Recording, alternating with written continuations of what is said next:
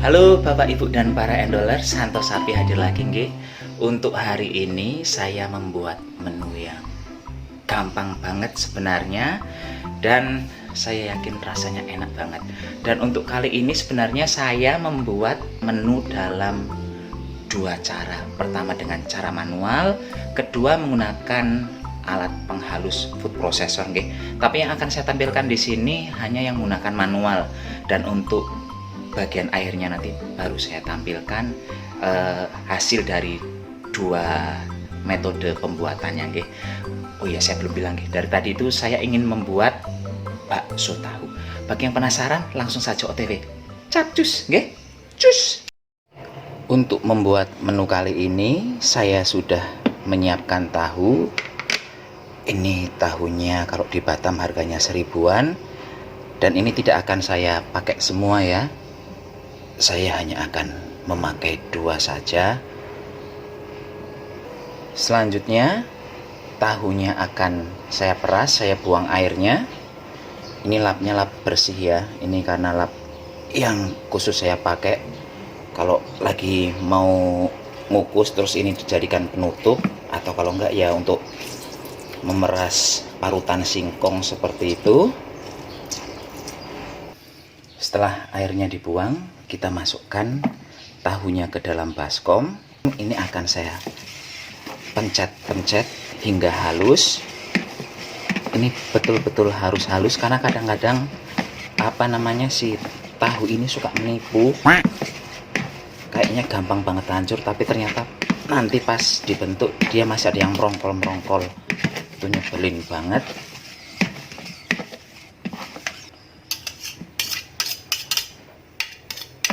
Semoga saja ini sudah lembut, nggak dibohongi sama si tahu.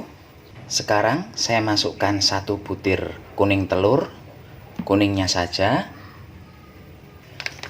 Tahap selanjutnya saya kembali akan memberikan tepung bakso seperti yang resep-resep sebelumnya. Tepung bakso ini beratnya 250 gram, kalau di Batam ini harganya 7.500-an seperti itu. Dan kalau untuk bakso yang daging, untuk 250 gram tepung ini tuh bisa untuk menjadi campuran 1 kg daging sapi. Sementara untuk komposisi bahan ini, di tepung ini itu mengandung tepung sagu, tepung kanji, tepung maizena, kemudian ada garam, merica, bawang putih, pengenyal, dan kelemahan dari produk ini tuh ya tentu saja ada pengawetnya. Itu yang mungkin agak menyebalkan bagi saya, tapi di luar itu semua ini sangat oke. Untuk 2 tahu saya akan memasukkan dulu 3 sendok makan tepung bakso, dan ini tidak perlu ditambah lagi kayak bawang putih, merica, garam kayak gitu nggih. Sudah cukup ini saja. Tapi kalau Bapak Ibu menggunakan yang ramuan sendiri nggih, silahkan ditambahkan bawang putih yang udah diulek, kemudian merica juga, garam, tepung kanji, tepung sagu, tepung maizena. Untuk perbandingannya kalau saya selama ini cuman 2 tepung kanji, 2 tepung sagu, 1 sendok makan tepung maizena. Itu seperti itu kalau saya. Ini saya aduk-aduk. Walaupun tadi sudah diperas airnya, sekarang justru saya tambah air lagi. Ini airnya saya tambah sekitar sedikit saja, jangan banyak-banyak. 2 sendok makan air es. Ini sebenarnya kalau versi aslinya itu menggunakan es batu, jadi ini digiling menggunakan food processor ya. Kalau menggunakan mixer blender ini agak susah karena adonannya kelewat kering. Tapi kalau Bapak Ibu di rumah ada food processor, sangat dianjurkan untuk menggunakan food processor saja, jadi nggak ribet. Kalau hanya seperti ini kan ya standar lah Bu ya, kelihatan pucet seperti itu. Ini akan saya beri serutan wortel biar ada meriah-meriahnya sedikit. Kemudian saya beri juga daun bawang. Saya iris dulu. Ini daun bawangnya saya iris lembut banget.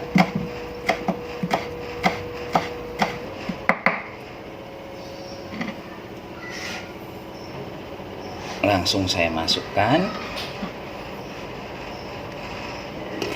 Ini kalau kedengaran suara bising mohon maaf karena sambil nyuci baju.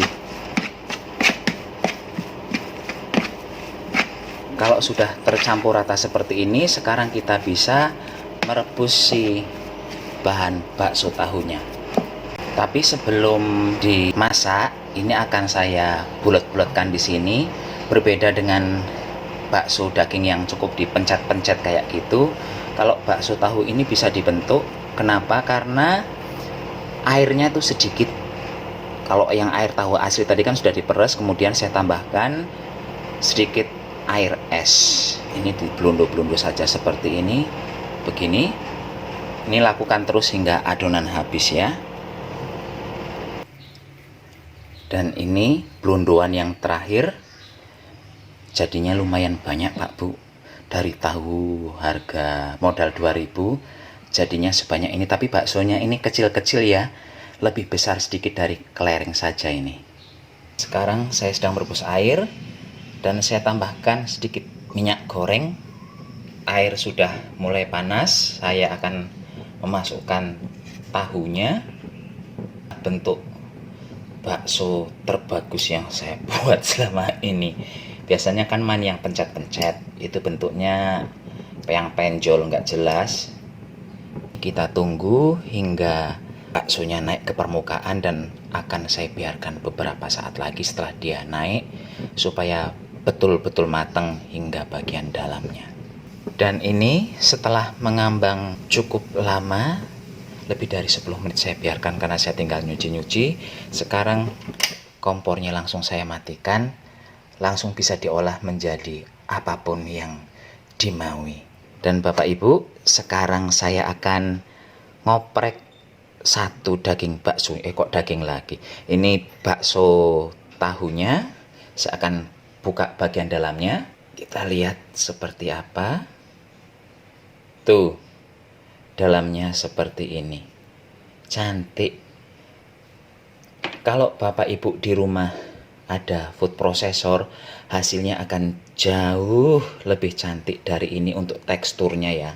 Karena ini kan tadi saya cuman pencet-pencet saja, jadi teksturnya masih agak sedikit kasar.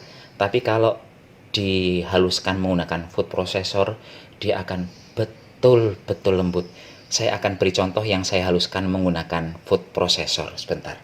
Ini lengket karena tadi saya nggak naruh minyak di bagian bawahnya. Tapi yang saya maksudkan sekarang kita hanya akan membahas soal kelembutan daging tahunya.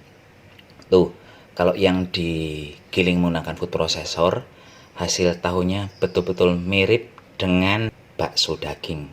Beda banget kan dengan ini teksturnya.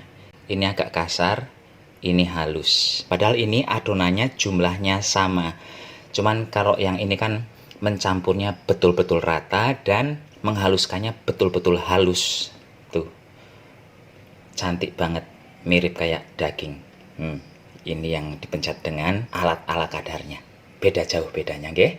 Untuk menu hari ini saya tidak mau ribet-ribet, jadi bakso tahunya akan saya buat semacam bakso ngibul kayak gitu. Untuk bumbunya saya sederhana saja menggunakan bumbu instan. Tuh, pakai kuah bakso. Ini harganya 1000-an. Saya tambahkan sedikit merica di sini. Sebenarnya untuk bumbu ini tuh sudah enak. Hanya saja saya tambahkan merica, saya tambahkan bawang putih geprek. Terakhir saya masukkan daun bawang. Daun bawang yang saya gunakan adalah daun bawang yang bagian putih ya, bukan yang bagian hijaunya. Udah gini aja. Lalu ini akan saya tambahkan dengan mie kuning, dengan casim, dengan daun bawang yang hijau. Kemudian ditaburi dengan daun bawang dan seledri juga. Dah, gitu aja menu berbuka puasa saya hari ini.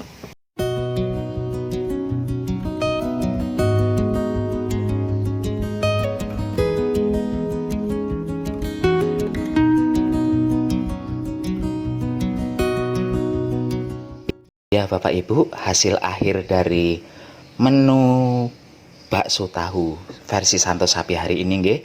Ini versi masakan saya yang saya masak menjadi ya betul-betul kayak bakso dengan mie kuningnya dan teman-temannya itu.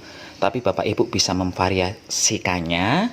Misalnya ini mau digoreng nggih monggo, mau dibakar nggih monggo, mau dibikin kayak sate nggih monggo, terserah Bapak Ibu mengolahnya. Yang penting kalau saya membuat bakso tahu ya seperti ini caranya nggih. Ini dengan cara yang dipenyet-penyet itu, bukan yang haluskan menggunakan food processor. Demikian saja Bapak Ibu acara masak-memasak kali ini.